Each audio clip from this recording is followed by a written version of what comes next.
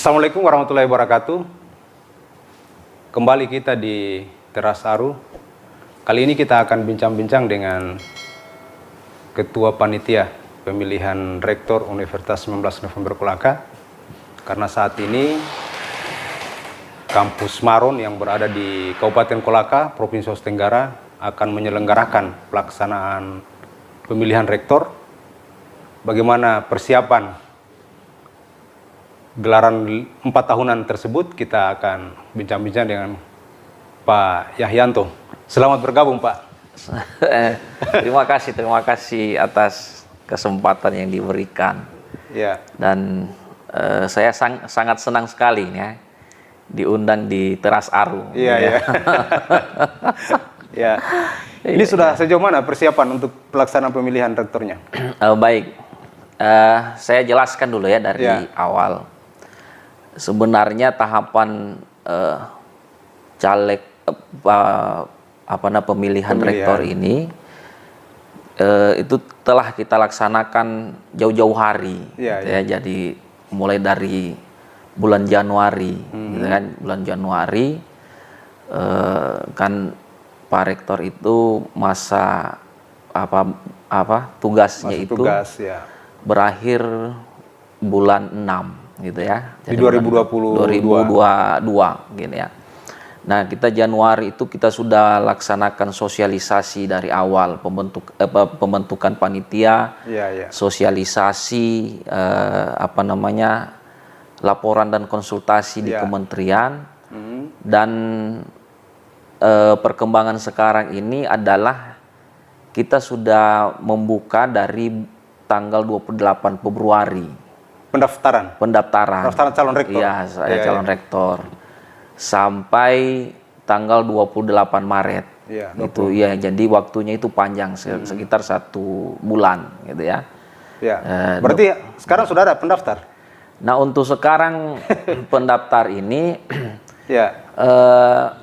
yang ada adalah masih di dalam orang-orang yang intern kampus gitu ya. Dan itu pun kalau kita mau melihat secara resmi mereka belum mendaftar. Belum mendaftar. Tetapi berkas-berkas yang bikin lama itu adalah pemeriksaan kesehatan, ya. Jadi pemeriksaan kesehatan tersebut itu telah kita laksanakan. Telah laksanakan konsultasi di Rumah Sakit Batara Mas Kendari, dan kalau tidak salah 2 calon yang dari internal Universitas 19 November Kolaka itu telah menyelesaikan, telah melaksanakan tes kesehatan tersebut. Ya. Tetapi kan bukan berkas-berkas pendaftaran itu bukan cuma tes kesehatan saja, tetapi ada ada lagi berkas tentang tidak pernah dipidana di pengadilan negeri. Nah, sehingga memang batas waktu pendaftaran calon rektor itu kita perpanjang, kita memberikan waktu yang panjang selama 1 bulan. 1 bulan, ya. Iya, dari 28 Februari sampai tanggal 28 Maret. Tersebut. Jadi tapi mereka yang di internal ini ini secara resmi belum menyerahkan berkas ke panitia, belum? Untuk detik ini sampai hari ini itu belum ada yang mendaftar. Bisa dibocorkan siapa yang di internal? Nah, yang kemarin yang tes kesehatan itu adalah yang pertama Wakil Rektor 1, Pak Prof. Dr. Ruslin Hadanu, dan yang kedua adalah Dekan Keguruan Ilmu Pendidikan, Pak Dr. Nur Iksan. Nah, itu yang yang telah melaksanakan tes kesehatan. Nah, kita masih menunggu lagi calon yang lain. Gitu. Ini persyaratannya berapa calon yang harus? Nah, kalau berdasarkan aturan peraturan kementerian, minimal calon itu harus 4. Minimal 4. Ya, minimal 4. Jadi kalau sudah misalnya calon 4, maka kita akan melakukan penjaringan. Nah, penjaringan calon tersebut itu nanti 4 itu nanti jatuh 1. gitu iya, Jalur 1. Karena nanti yang kita harus store ini ke kementerian itu adalah tiga calon. Iya. Setelah calon tersebut telah kita telah jaring, terpilih, mereka 3 ini, nanti kita akan kumpulkan berkas-berkas semacam asesmen, asesmen. Nah, setelah berkasnya itu kita serahkan ke kementerian. Ya. Nah, nanti di kementerian nanti itu akan tentukan pelaksanaan pemilihan tahap selanjutnya. Tahap selanjutnya ini nantinya suara kementerian itu 35%, gitu ya. Jadi misalnya ini kan tanggal 28 Maret ya, batas pendaftaran ya. Ini kalau misalnya dalam jangka waktu 28 Maret ini tidak memenuhi syarat ya. Hanya 2 orang itu, ini apa langkah-langkah apa yang akan dilakukan? Nah, kita dalam pelaksanaan ini kita diatur oleh peraturan menteri, gitu kan. Yang pertama peraturan menteri yang secara umum, juga ada yang namanya peraturan senat. Nah, di sana. Nah, jadi ini turunan dari peraturan senat itu, dia menjelaskan di sana bahwa kalau batas waktu pendaftaran selama sebulan ini tidak ada calon, tidak memenuhi 4 calon tersebut, maka kita akan memperpanjang selama 10 hari. 10 hari? Iya. Nah, kalau misalnya 10 hari juga belum 10 hari itu diberikan kewenangan ketua senat itu untuk menunjuk orang, atau misalnya di internal ini internal yang memenuhi syarat. Yang pertama misalnya kalau dia syaratnya sudah PNS, gitu kan. Yang kedua dia sudah doktor, dan yang ketiga mempunyai pangkat akademik lektor kepala. Maka senat bisa mengusulkan orang tersebut untuk maju dalam pemilihan bakal calon tersebut. Nah, tetapi kalau misalnya tidak ada, kita punya waktu 10 hari memperpanjang. Ya kan? Jadi dia bisa dari kampus dan juga dari luar. Nah, kalau tidak ada dari luar juga, maka di situ di dalam aturan itu mengatakan bahwa kalau tidak dari 10 hari ini waktu juga tidak ada, maka kita tidak mencukupi 4 calon ini, maka kita harus berkonsultasi di kementerian. Seperti apa lagi langkah selanjutnya. Karena di dalam aturan itu sudah tidak ada lagi, tidak ada aturan tidak ada lagi, itu hanya memperpanjang saja. Nah, tinggal mungkin nanti di kementerian itu dia akan akan memberikan kita arahan, apakah nanti itu orang luar lagi menyuruh orang luar atau seperti apa. Tapi itu kita belum mendapatkan bocoran ini. Tapi harapan kita mudah-mudahan itu bisa terpenuhi ya. Harapan kita mudah-mudahan dari jangka waktu yang ada, dengan jangka waktu yang kita buka selama 1 bulan ini, ada pihak orang-orang luar yang mendaftar, sehingga nanti prosesnya itu normal. Jadi kalau prosesnya normal, maka bulan 5 sudah pelaksanaan pemilihan tahap kedua, gitu ya. Dan tahap 2 ini pemilihan yang dilakukan oleh pihak kementerian. Tahap 2 ini sebagai panitia tetap kita Universitas 19 November Kolaka, tetapi peserta itu dalam pemilihan itu adalah senat beserta kementerian. Nah, jadi senat itu mempunyai porsi suara 65%, sedangkan kementerian mempunyai porsi suara 35%. Gitu. Untuk anggota senat sendiri berapa jumlahnya? Anggota senat kita Universitas 19 November Kolaka 21 orang. Jadi 21 orang lagi ini akan memiliki hak suara, dapat mempunyai hak suara. Jadi nanti kementerian punya 35. Jadi kalau 35 dari 21 itu sekitar 7 suara untuk kementerian, seperti itu. Artinya harapan kita ke depan, siapapun nanti akan terpilih sebagai rektor itu bisa melanjutkan program-program yang telah ada kan. Seperti itu. Betul. Nah, inilah yang sebenarnya juga kita menginginkan.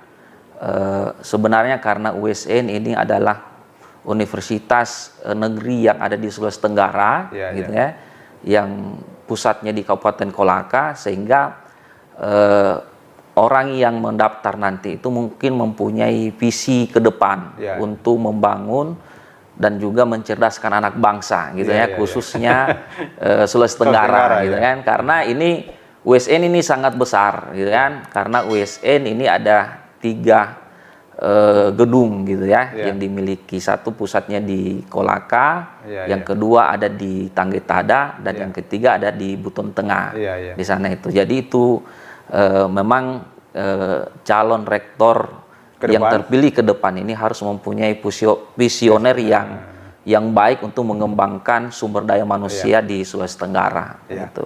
Artinya PON kita adalah tahapan-tahapan yang ada itu berjalan sesuai dengan yang direncanakan, sehingga itu tidak molor sampai waktu yang telah ditentukan. Harapannya calon-calon itu ya baik dari luar itu bisa memenuhi paling tidak mereka bisa mendaftar dan ke waktu yang ada kan gitu. Nah, memang yang kemarin yang kita panitia kebetulan kan di pemilihan rektor ini ada kepanitiaan. Nah, kita selalu berdiskusi juga dan mencarikan alternatif-alternatif seperti apa nanti ketika misalnya hal ini tidak memenuhi dari yang kita harapkan. Yang kita pikirkan itu adalah bagaimana bakal calon rektor tersebut itu tidak memenuhi dari syarat tersebut 4 itu. Itu kalau tidak memenuhi itu masih panjang perjalanan. Nah, syarat-syaratnya tadi kan, dia harus doktor, kemudian jabatan fungsional lektor kepala. Setelah itu pegawai negeri sipil. Pegawai negeri sipil. Persyarat yang berikutnya pernah menduduki jabatan ada syarat. Nah, ini juga syarat yang krusial itu adalah dia pernah menjadi ketua jurusan atau yang setara dengan itu, gitu kan? Nah, inilah yang kita membingung, yang sering kita pikirkan ini, ketua jurusan ini setaranya dengan apa? Nah, ada kemarin calon yang tapi dia belum mendaftar, tapi masih tanya-tanya. Sudah ada komunikasi. Ada komunikasi yang menanyakan karena dia ketua program studi, apakah ketua jurusan itu sama posisinya dengan ketua jurusan. Nah, kalau kita, makanya saya tadi karena ada aturan kita yang secara umum adalah kementerian dan juga ada acuan kita yang secara khusus peraturan rektor. Nah, di dalam peraturan rektornya kita mengatakan bahwa di sana minimal paling rendah gitu paling rendah. Dia pernah menjabat ketua jurusan. Gitu kan? Bukan ketua program studi. Bukan ketua program studi gitu kan. Nah, tetapi yang hanya ada yang di belakangnya itu adalah yang sama derajatnya ketua jurusan dengan ketua jurusan itu. Nah, kalau menurut saya secara hukum itu kan ada beberapa penafsiran gitu yang selalu kita gunakan itu. Yang pertama adalah penafsiran gramatikal gitu dari segi bahasa. Nah, dia katakan paling rendah ketua jurusan atau yang sederajat dengannya gitu kan. Kalau secara gramatikal itu bisa kita artikan bahwa ketua jurusan itu posisinya sama dengan ketua program studi gitu kan. Nah, kalau secara gramatikal gitu ya. Nah, ada juga yang bisa kita lihat adalah menyangkut masalah historisnya atau sejarahnya. Bagaimana siapa sih sebenarnya yang membuat ini aturan ini, memposisikan ketua jurusan dengan apakah ketua jurusan itu sama dengan program studi gitu ya. Kita harus lihat dari ke belakangnya. Tapi kalau dekan boleh kan?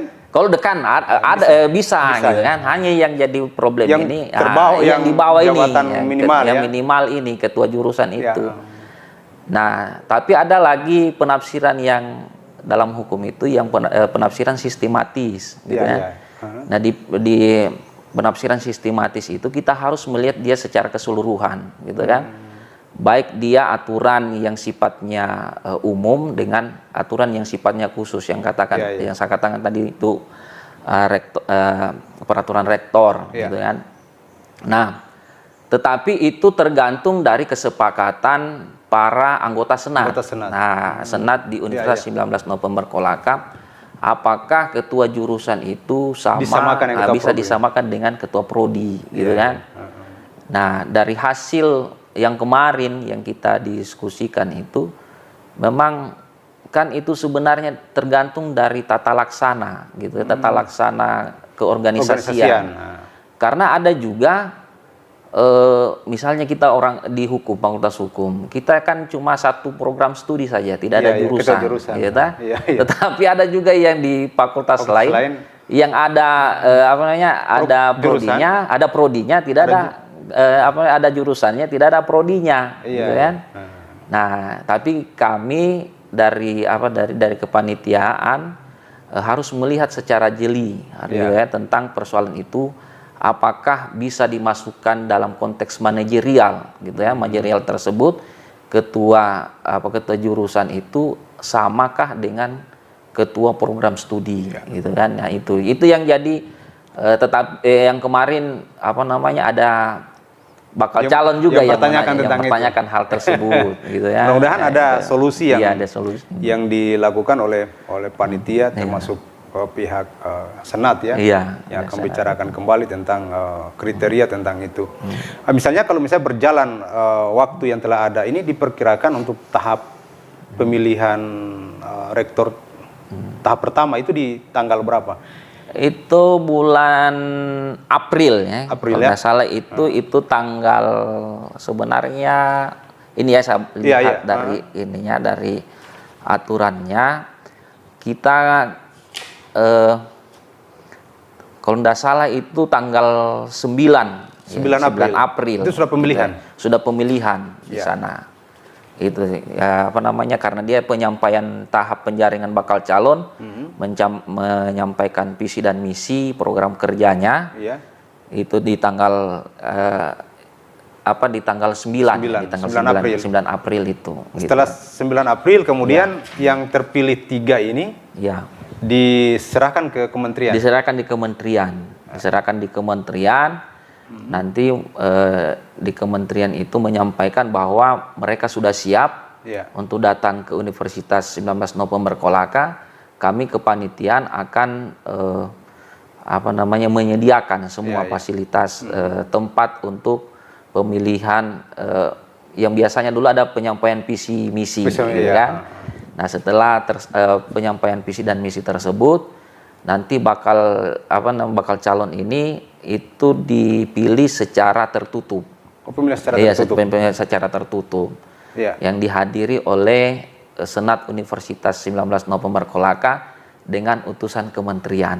Nah, nanti di sana akan terpilih siapa yang akan memimpin Universitas 19 November Kolaka ke depannya, begitu. Berarti diperkirakan sekitar bulan berapa USN sudah bisa mendapatkan rektor baru? Jika perjalanannya sesuai dengan kalau berdasarkan